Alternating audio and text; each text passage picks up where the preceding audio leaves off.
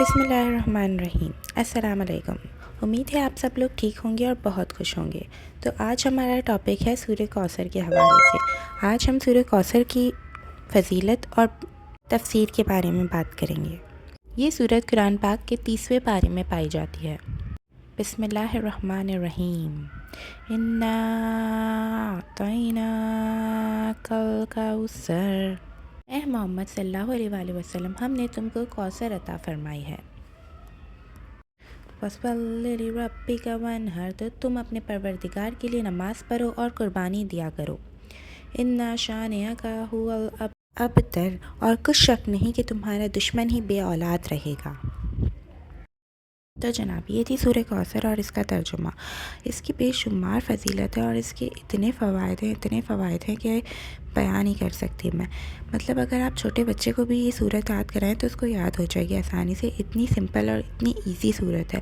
اور اگر آپ اس کی پابندی کریں تو ہر نماز کے بعد سورہ فاتحہ کے بعد بھی آپ اس کو پڑھ سکتے ہیں، جیسے سورہ کل بھی پڑھ سکتے ہیں، کوئی بھی کل پڑھ سکتے ہیں، یا آپ یہ سورہ کوثر بھی پڑھ سکتے ہیں، یہ آپ کی مرضی ہے۔ سورہ کوثر اتنی ایزی ہے کہ آپ چھوٹے بچے کو بھی یاد کرائیں گے، جس نے نئی نماز پڑھنا شروع کری ہوگی تو اسے بھی یاد ہو جائے گی، اور اس کے بے شمار فوائد ہیں جو ابھی ہم آگے ڈسکس کریں گے۔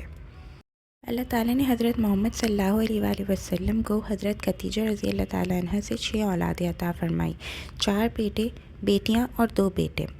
ٹھیک ہے، اس میں سے 2 بیٹے وصال فرما گئے۔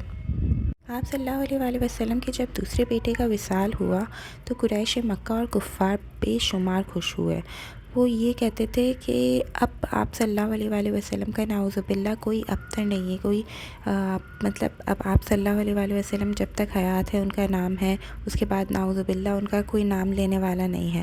تو اس پہ اللہ تعالیٰ نے یہ صورت نازل فرمائی کہ آپ صلی اللہ علیہ وآلہ وسلم کو یہ بتایا کہ آپ کا نام تو ساری دنیا میں ہمیشہ تک رہے گا، کیونکہ آج بھی آپ دیکھ لیں آپ صلی اللہ علیہ وآلہ وسلم کے ہم امتی ہیں۔ اللہ کا شکر ہے، بہت شکر ہے اللہ کا۔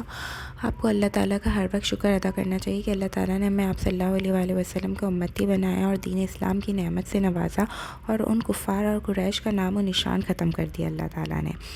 تو اللہ تعالیٰ یہی کہتے ہیں کہ بس آپ اللہ تعالیٰ کے لیے نماز پڑھیں اور قربانی دیں۔ مطلب ہم عید والے دن بھی پہلے نماز پڑھتے ہیں، اس کے بعد قربانی ہوتی ہے۔ تو اللہ تعالیٰ نے یہی کہا کہ بس آپ اللہ تعالیٰ کے لیے نماز پڑھیں اور قربانی دیتے رہیں، اور بے شک آپ صلی اللہ علیہ وآلہ وسلم کے تمام دشمن قریش کفار سب بے نام و نشان اور بے اولاد ہوں گے۔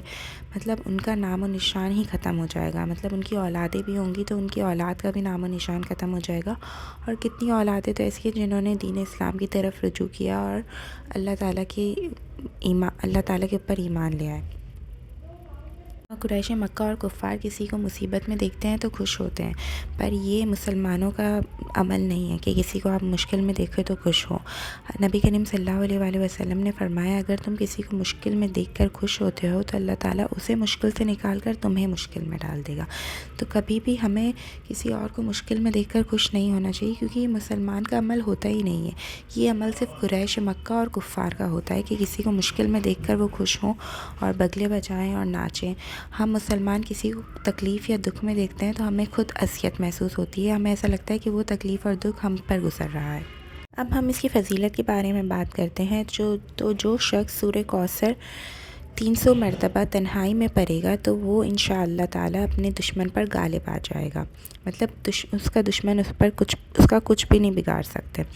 اور سورہ کوثر کی اتنی فضیلت ہے کہ آپ اگر کوئی دکان لیں، کوئی کہیں آفس وغیرہ میں کام کرتے ہوں تو سورہ کوثر اس جگہ پہ لگا دیں، اس کی آیت وغیرہ ایسی جگہ پہ لگائیں جہاں اس کی بیت بھی نہ ہو، تو اس جگہ پہ آپ سورہ کوثر لگا دیں تو انشاءاللہ تعالیٰ آپ کی دکان، آپ کا آفس جو بھی ہے انشاءاللہ تعالیٰ محفوظ رہے گا۔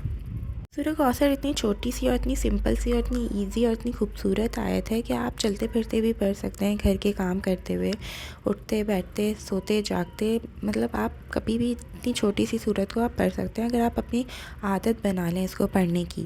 ہر نماز کے بعد آپ پڑھ لیں، 10 مرتبہ پڑھ لیں، 20 مرتبہ پڑھ لیں، جتنی مرتبہ آپ کو آسانی ہو اتنی مرتبہ پڑھیں، اور اپنے بچوں کی بھی عادت رکھیں اس کو پڑھنے کی، کیونکہ بچپن سے بچوں کی عادت ہوگی پڑھنے کی تو پھر وہ بڑے ہو کے بھی رہے گی انشاءاللہ۔ اور قرآن پاک پاک کی آپ کوئی بھی صورت پڑھیں تو آپ اس کو ترجمے کے ساتھ پڑھیں تاکہ آپ کو سمجھ آئے کہ اس صورت میں اللہ تعالیٰ کیا فرما رہے ہیں ہم سے، کیونکہ ہمیں اگر جب تک سمجھ نہیں آئے گا تو ہمیں یہ پتہ کیسے چلے گا کہ اللہ تعالیٰ ہم سے کیا کہہ رہے ہیں۔ قرآن پاک پڑھنے کے بعد ایسا لگتا ہے کہ اللہ تعالیٰ سے ہم باتیں کر رہے ہیں اگر اس کو ترجمے کے ساتھ پڑھیں تو آپ کو ہر چیز، ہر پریشانی، ہر مشکل کا حل مل جائے گا انشاءاللہ۔ انشاءاللہ دعاؤں میں یاد رکھیں اور اسی طرح کی ویڈیوز آتی رہیں گی، اسلامک ویڈیوز۔